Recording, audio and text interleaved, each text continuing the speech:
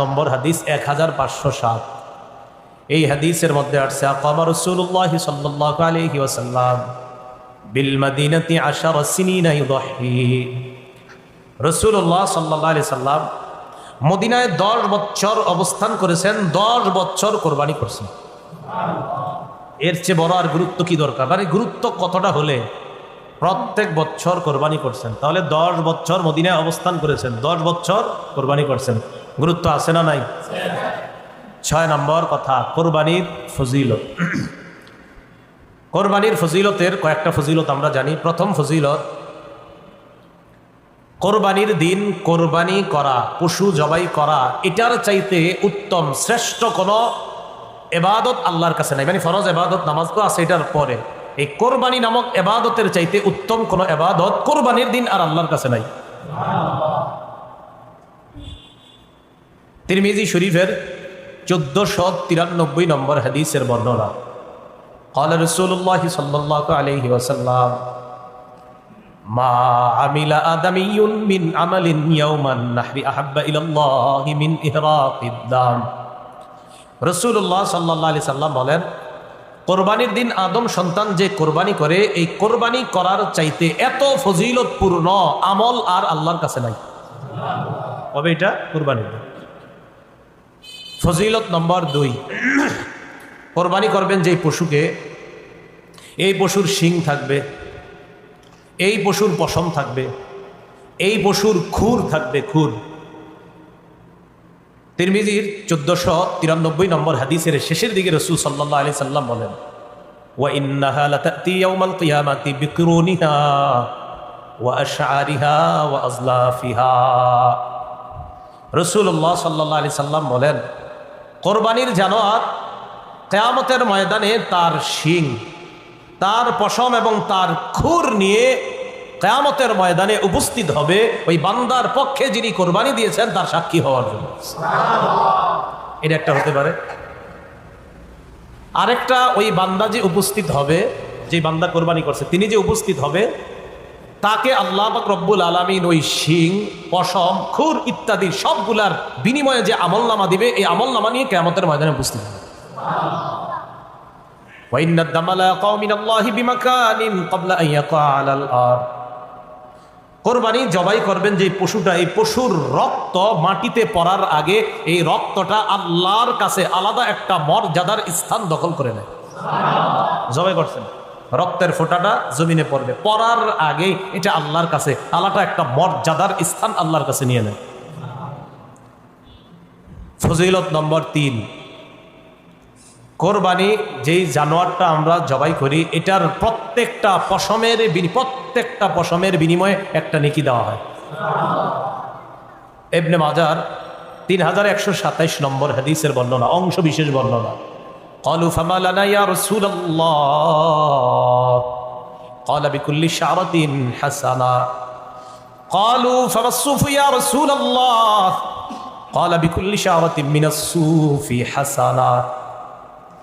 সাহাবায়ে কেরাম আল্লাহ রসুলকে প্রশ্ন করলেন, হে আল্লাহ রসুল সাল্লাল্লাহু আলাইহি ওয়াসাল্লাম, আমরা যে কোরবানি করি আমাদের কি ফজিলত আছে এটা করার মধ্যে?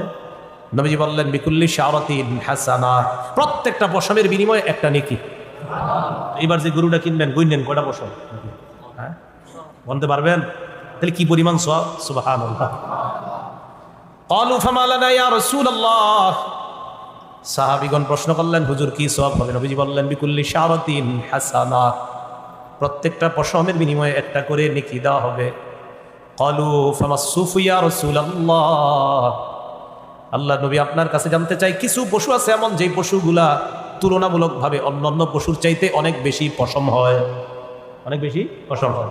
বেড়া, হ্যাঁ, তো খালি পশম আর পশম, গরু তো আপনার পশম কম, কথার কথা, ওইগুলার তুলনায়। হুজুর যেগুলা শুধু পশম আর পশম শরীরের মধ্যে, ওই প্রাণী, নবীজি বললেন, তো কি হয়েছে পশম থাকলে?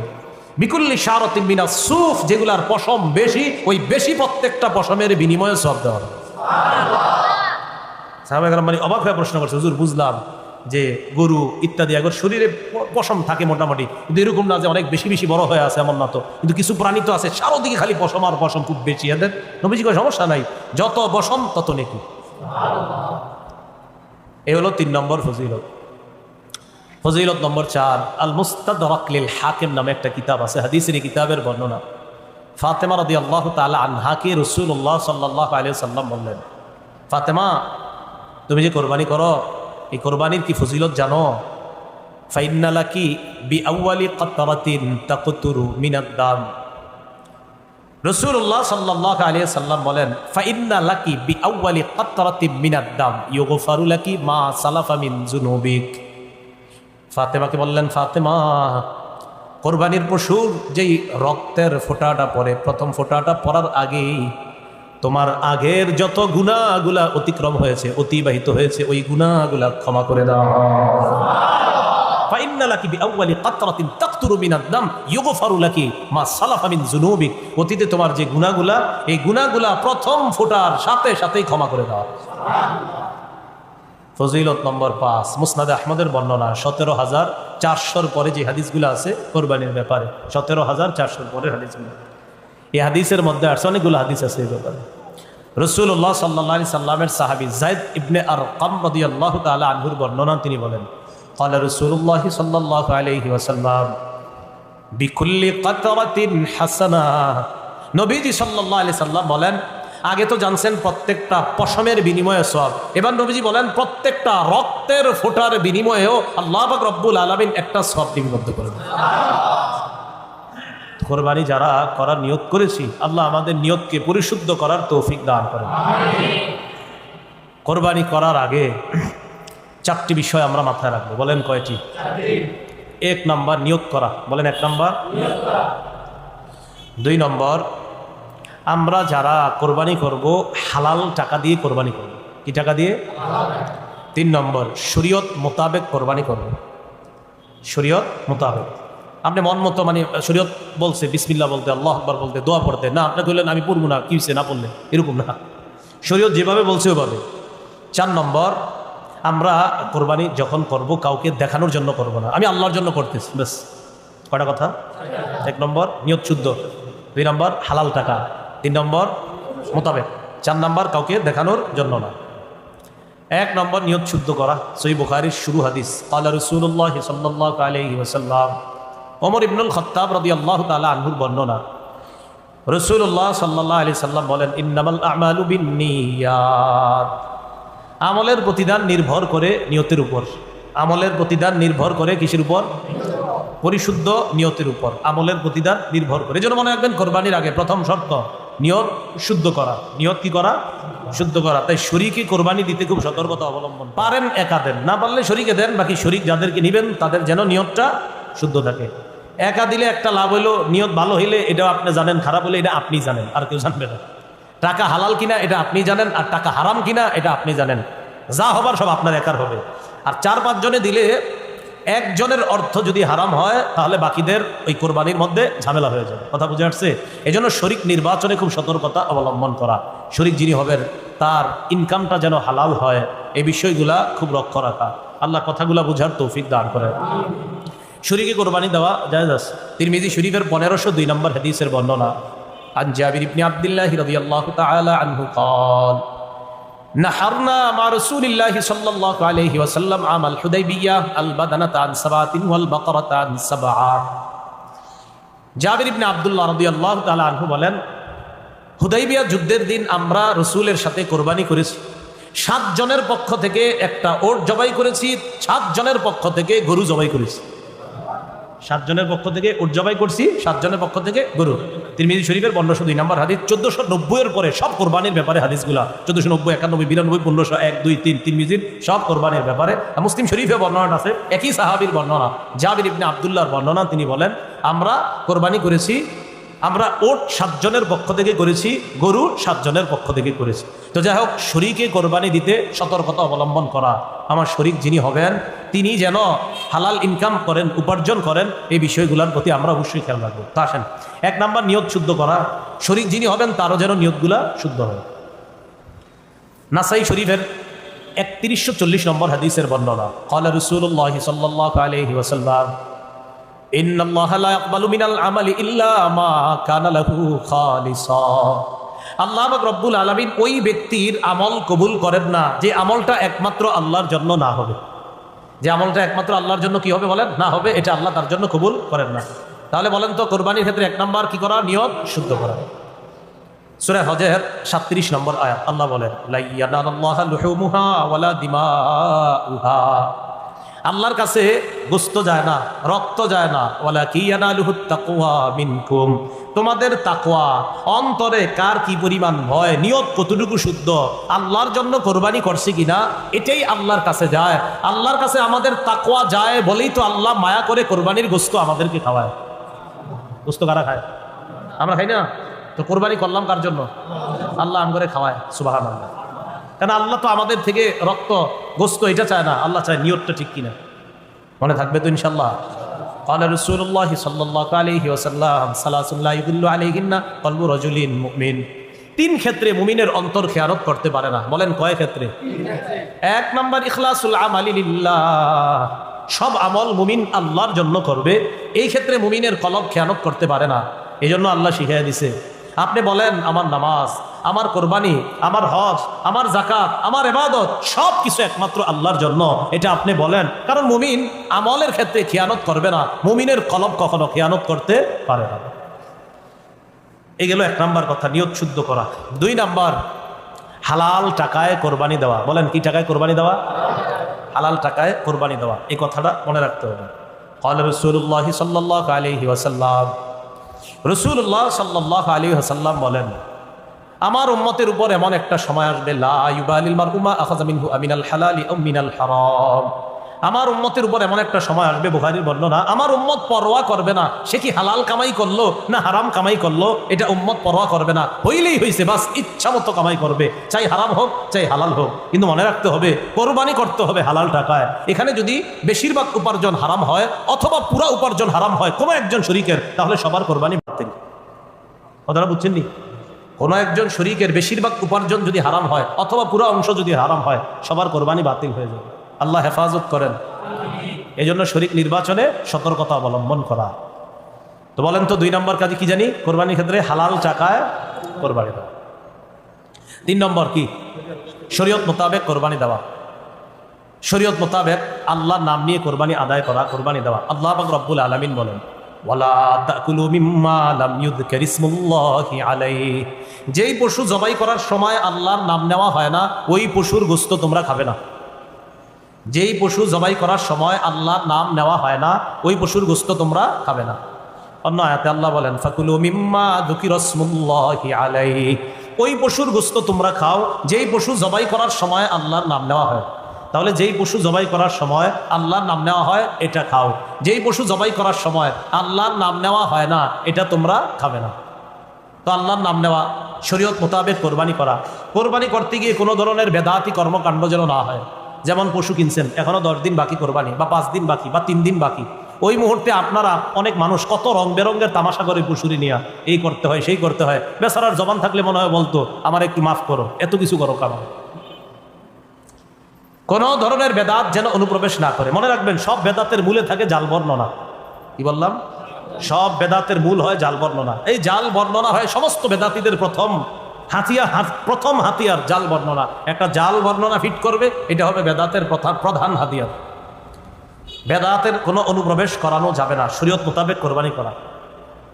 সহিহ বুখারীর বর্ণনা 2697 নম্বর হাদিস, আম্মা জান আয়েশা সিদ্দিকা রাদিয়াল্লাহু তাআলা আনহার বর্ণনা, قال رسول الله صلى الله عليه وسلم من احدث في امرنا هذا ما ليس منه فهو رد। রাসূলুল্লাহ সাল্লাল্লাহু আলাইহি সাল্লাম বলেন, আমাদের ইসলাম ধর্মের মধ্যে, ইসলামের এই শরীয়তের মধ্যে কেউ যদি ইবাদতের নামে সওয়াবের আশায় নতুন কিছু আবিষ্কার করে, বলেন ইসলাম, বলেন সবাই, ইসলামের মধ্যে ইবাদতের নামে সওয়াবের আশায় নতুন কিছু আবিষ্কার করে, এটা বেদাত। এটা কি? ফাহুয়া রদ্দুন, এটা প্রত্যাখ্যান করা হবে। ইমাম মালিক রাহমাতুল্লাহি আলাইহি বলেন, মান ইবতাদা ফিল ইসলামি বিদআতান ইয়ারাহা হাসানা ফাকাদ জামা আন্না মুহাম্মাদান ক্বাদ খানা রিসালা। ইমাম মালিক বলেন, কোন ব্যক্তি যদি ইসলামের মধ্যে নতুন কিছু বানায় আর এটারে যদি সে উত্তম মনে করে, এটা নতুন প্রথা চালু করছে এবং এটারে সে উত্তম মনে করে, সে কেমন যেন মনে করে যে মুহাম্মদ সাল্লাল্লাহু আলাইহি ওয়াসাল্লাম নবুয়তের দায়িত্ব পালনে ত্রুটি করেছেন। নবী ত্রুটি করছে কোনো? নবী কি পরিপূর্ণ দিন রেখে গেছে কিনা বলেন? তো এখন যদি ইসলামের মধ্যে সওয়াবের আশায় ইবাদতের নামে নতুন কিছু অনুপ্রবেশ করায়, এর অর্থ হলো নবী পুরোপুরি রেখে যাইতে পারে নাই, তাই আমি নতুন একটা বানাইছি। আল্লাহ হেফাজত করেন। ক্বালা রাসূলুল্লাহ সাল্লাল্লাহু আলাইহি ওয়াসাল্লাম, নবীজি সাল্লাল্লাহু আলাইহি সাল্লাম বলেন, আনা ফারাতুকুম আলাল হাউজ, আমি হাউজে কাউসারের পারে দাঁড়িয়ে থাকবো। হাউজে কাউসারের পারে যখন আমি দাঁড়িয়ে থাকবো, তখন আমার সামনে আমার উম্মত যাবে। মান মাররা আলাইয়া শারিবা, আমার উম্মত আমার সামনে দিয়ে যাবে, যাওয়ার সময় পানি পান করবে। ওয়ামান শারিবা লাম ইয়াজমা আবাদা, আমার উম্মতের কেউ যদি হাউজে কাউসারের পানি পান করে, সে আর পিপাসার্ত হবে না। বুখারীর বর্ণনা। এরপরে রাসূল সাল্লাল্লাহু আলাইহি সাল্লাম বলেন, সুম্মা লা ইয়ারিদান্না আলাইয়া আকওয়ামুন আ'রিফুহুম ওয়া ইয়ারিফুনানি, এরপর আমার সামনে এমন একদল মানুষ যাবে আমার সামনে দিয়ে, যাদেরকে আমি চিনব, তারা আমার উম্মত, তারাও আমাকে চিনবে। আমি তাদেরকে পানি পান করাইতে চাইব। সুম্মা ইউহালু বাইনি ওয়া বাইনাহুম, আমার মাঝে আর তাদের মাঝে প্রতিবন্ধকতা সৃষ্টি করা হবে। আমি বলবো, ইন্নাহুম মিন উম্মতি, আল্লাহ এরা তো আমার উম্মত। আল্লাহর পক্ষ থেকে জবাব দেওয়া হবে, ইন্নাকা লা তাদরি মা আহদাসু বা'দাক, হাবিব আপনি জানেন না, আপনি দুনিয়া থেকে বিদায় নেওয়ার পর তারা নতুন নতুন কত বেদাত চালু করছে, আপনার জানা নাই। যখন নবী জানবে এই মানুষগুলা ইসলামের মধ্যে আমি যেই ধর্ম রেখে এসেছি, আমি যেই শরীয়ত রেখে গেলাম, এটার মধ্যে তারা নিজেদের মন মতো নতুন কিছু আবিষ্কার করছে, তখন নবী বলবেন, সুহকান সুহকান লিমান গায়্যারা দীনি, আমার সামনে থেকে দূর হও, যে আমার ইসলামকে, আমার রেখে আসা শরীয়তকে পরিবর্তন করে দিয়েছে, সে আমার সামনে থেকে দূর হও, আমি তোমার চেহারাটা দেখতেও চাই না। পানি পান করাবে দূরের কথা, ওই উম্মতকে বলবে, দূর হও, দূর হও আমার সামনে। তাহলে হাউজে কাউসারের পানি নবী পান করাবে তাদেরকে, যারাই যাবে সামনে দিয়ে। নবী বলছেন, আমার সামনে একদল মানুষ যাবে, যাদেরকে আমি চিনব, তারাও আমাকে চিনবে। আমি তাদেরকে, আমার আর তাদের মাঝে প্রতিবন্ধকতা সৃষ্টি করা হবে। আমি বলবো, ইন্নাহুম মিন উম্মতি, তারা তো আমার উম্মত। জবাব দেওয়া হবে, ইন্নাকা লা তাদরি মা আহদাসু বা'দাক, আপনি জানেন না, আপনি দুনিয়া থেকে চলে আসার পর তারা কত নতুন কিছু আবিষ্কার করছে। নবীজি বলেন, তখন আমি বলবো, সুহকান সুহকান লিমান গায়্যারা দীনি ওয়া ফি রিওয়ায়া বাদদালা দীনি, আমার ধর্ম, অর্থাৎ আমি যে ধর্ম রেখে আসলাম দুনিয়াতে, যে শরীয়ত রেখে আসছি, এটা যে পরিবর্তন করেছে, দূর হও, দূর হও আমার সামনে থেকে। আল্লাহ আমাদেরকে হেফাজত করে। কয় নম্বর কথা গেল? 3, শরীয়ত মোতাবেক কোরবানি করা। 4 নাম্বার, কাউকে দেখানোর জন্য কোরবানি না করা। 4 নাম্বারটা এমনি বলতে পারি যে রিয়া মুক্ত কোরবানি করা। বলেন, রিয়া মুক্ত কোরবানি করা, লৌকিকতা মুক্ত কোরবানি করা, লৌকিকতা মুক্ত কোরবানি করা, লোক দেখানো ছাড়া কোরবানি করা। লোক দেখানোর কোরবানি যদি হয়, তাহলে এটা কিন্তু মুশকিল হয়ে যাবে, এটা আল্লাহ কবুল করবেন না। তিরমিজি শরীফের লম্বা হাদিস, 2382 নম্বর হাদিস, এই হাদিসের মধ্যে আসে রাসূলুল্লাহ সাল্লাল্লাহু আলাইহি ওয়াসাল্লাম 2380, 2381, 82, 2383, এই হাদিসগুলো সব রিয়ার ব্যাপারে। রাসূল বলেন, মাইয়ুরাই ইউরাইল্লাহ ওয়া মাইয়ুসাম্মি ইউসাম্মিহুল্লাহ, যে কাউরে দেখানোর জন্য কোনো আমল করে, কিয়ামতের মাঠে আল্লাহ তারে দেখায়া দিবেন। মানে এই রিয়ার পরিবর্তে যে গজব আল্লাহ দিবেন, সেটাও সে দেখতে পাবে। ওমাইয়ুসাম্মি, যে মানুষকে শোনানোর জন্য কিছু করে, যে মানুষ আমারে বলবে আমি শাইখুল হাদিস, আমি বড় মুহাদ্দিস, এটা আমারে বলবে, আল্লাহ কিয়ামতের ময়দানেও তাকে ভয়ঙ্কর কিছু শুনিয়ে দিবেন। বলেন নাউজুবিল্লাহ। সূরা হজের 32 নম্বর আয়াতে কারিমা তেলাওয়াত করলাম। এই আয়াতে আল্লাহ পাক রব্বুল আলামিন আল্লাহর নিদর্শনাবলী নিয়ে আলোচনা করেছেন। এখানে আল্লাহর অনেকগুলো নিদর্শনের মধ্যে অন্যতম নিদর্শন হলো আল্লাহর বিধান মতে ইব্রাহিম আলাইহিস সালাতু ওয়াস সালামের সুন্নত হিসাবে রাসূলুল্লাহ সাল্লাল্লাহু আলাইহি সাল্লামের শিখানো পদ্ধতিতে মানুষ যে কোরবানি করে, এই কোরবানিও এটা আল্লাহর একটা নিদর্শন। এই ব্যাপারে কয়েকটি কথা আমরা মনে রাখবো। 1 নম্বর, কোরবানি করা এটা হলো আল্লাহর একটা নিদর্শন। এই নিদর্শনের প্রতি সম্মান প্রদর্শন করা। আল্লাহ বলেন, ওয়ামাই ইউআযিম শাআইরাল্লাহ,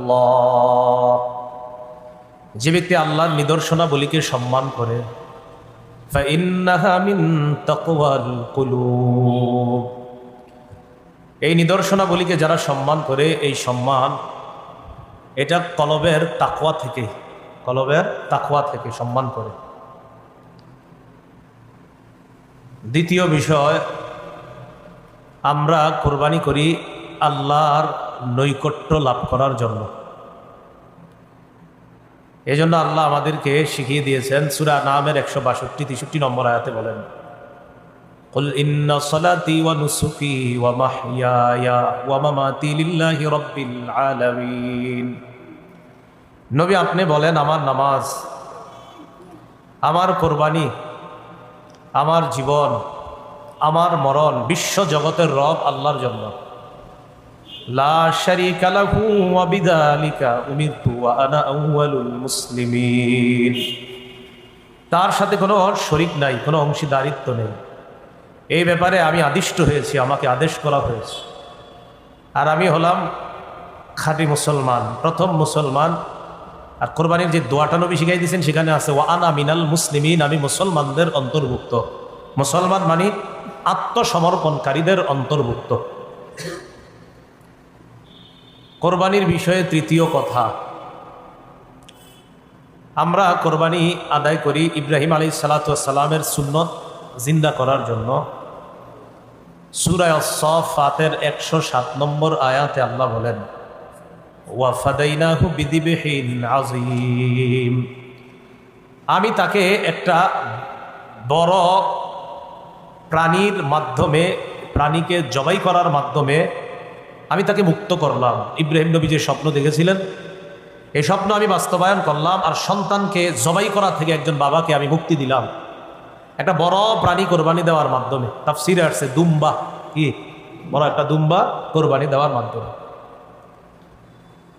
এই ব্যাপারে ইবনে মাজার বর্ণনা 3127 নম্বর হাদিস। قال أصحاب محمد صلى الله عليه وسلم ما هذه الأضاحي يا رسول الله। রাসূলুল্লাহ সাল্লাল্লাহু আলাইহি সাল্লামের সাহাবীগণ জিজ্ঞাসা করলেন, হে আল্লাহর রাসূল, এই কোরবানিগুলো, এই বিষয়গুলো, এগুলো কি, এগুলো কেমন? এই কোরবানির বিষয়টা আপনার কাছে জানতে চাই। قال سنة أبيكم إبراهيم عليه الصلاة والسلام। এটা হলো তোমাদের আব্বা ইব্রাহিম আলাইহিস সালাতু ওয়াস সালামের সুন্নত। এটা তোমাদের আব্বা ইব্রাহিম আলাইহিস সালাতু ওয়াস সালামের সুন্নত। তাহলে কোরবানি আমরা দেই ইব্রাহিম নবীর সুন্নত। এটা কিয়ামত পর্যন্ত জারি রাখবে এই উম্মতের মাধ্যমে, মুসলমানের মাধ্যমে আল্লাহ জারি রাখবেন।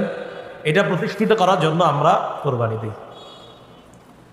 কোরবানি আমরা করি 4 নাম্বার, আল্লাহর শুকরিয়া আদায় করার জন্য। বলেন, কার জন্য? আল্লাহ করার জন্য। সূরা হজের 36 নম্বর আয়াতে আল্লাহ বলেন, ওয়াল বুদনা জাআলনাহা লাকুম মিন শাআইরিল্লাহি লাকুম ফিহা খায়র। ওয়াল বুদনা, ওট, জাআলনাহা লাকুম মিন শাআইরিল্লাহ, আমি এগুলোকে তোমাদের জন্য আল্লাহর নিদর্শন হিসাবে সাব্যস্ত করেছি, নিদর্শন বানিয়েছি, ওট ইত্যাদি এগুলোকে। লাকুম ফিহা খায়র, এগুলোর মধ্যে তোমাদের জন্য অনেক কল্যাণ রয়েছে। ফিহা খায়র, অনেক কল্যাণ। ফাযকুরু ইসমাল্লাহি আলাইহা সাওয়াফ, সারিবদ্ধভাবে, দণ্ডায়মান অবস্থায় এগুলোর উপর তোমরা আল্লাহর নাম নেও, মানে আল্লাহর নাম নিয়ে এগুলারে জবাই করো। ফাইদা ওয়াজাবাত জুনুবুহা ফাকুলু মিনহা, জবাই করার পর এগুলো যখন কাত হয়ে পড়ে যাবে তখন এগুলার গোশত থেকে তোমরা খাও। ওয়া আত'ইমুল কানিআ ওয়াল মু'তার, যারা লজ্জায় চাইতে পারে না তাদেরকে খাওয়াও, আবার যারা চায় তাদেরকেও খাওয়াও। যারা চাইতে পারে না তাদেরকেও খাওয়াও, আবার যারা চাইতে পারে তাদেরকেও খাওয়াও। কাযালিকা সাখখারনাহা লাকুম, আমি আল্লাহ এগুলোকে তোমাদের অনুগামী করে দিয়েছি। লাআল্লাকুম তাশকুরুন।